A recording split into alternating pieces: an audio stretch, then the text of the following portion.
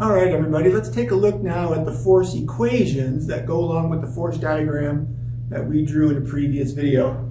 So here's the force diagram. Again, I've defined my forces. Here's the frictional force due to the 2x4 acting on the block. Here's the gravitational force, mg here. That's due to the Earth acting on the block. And then there's a normal force due to the 2x4 acting on the block. And this is the x and y axis that I used in that previous video. So what I want to do now is I want to write out the force equations. So I'm going to have the sum of the forces in the x and the sum of the forces in the y using this coordinate system here.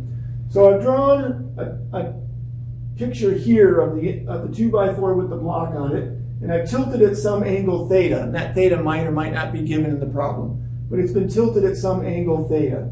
And then over here, I've drawn, here's the surface of the 2x4, and that goes along the x-axis. I did that on purpose, made it along the x-axis.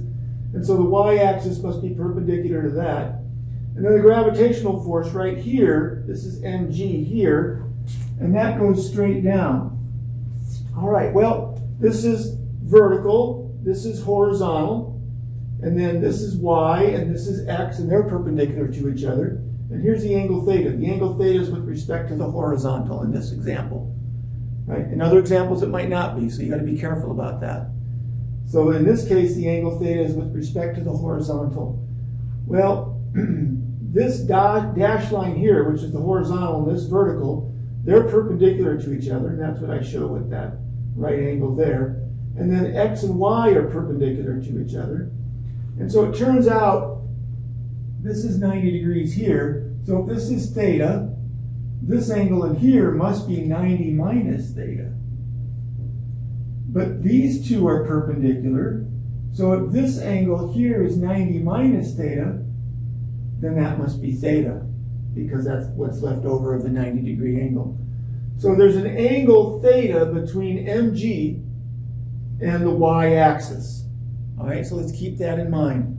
So when I go to do my sum of the forces in the x, the frictional force is in the x direction, but more specifically, it's in the negative x direction. So the sum of the forces in the x, I'm going to start off with minus F. The normal force is purely in the y direction. So let's put that one in right here, and the sum of the forces in the y. It's purely in the positive y direction. mg is the only one that has components. So as I look at mg, it points down. So that means that there's a component in the negative y and a component in the positive x. So if I take the sine of theta,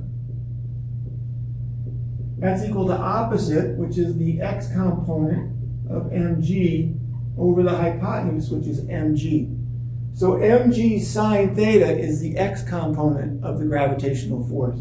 And it's going down the incline, which we determined that to be the positive x direction. And so plus mg sine theta. That's the component of the gravitational force in the x direction. In this case, it's positive.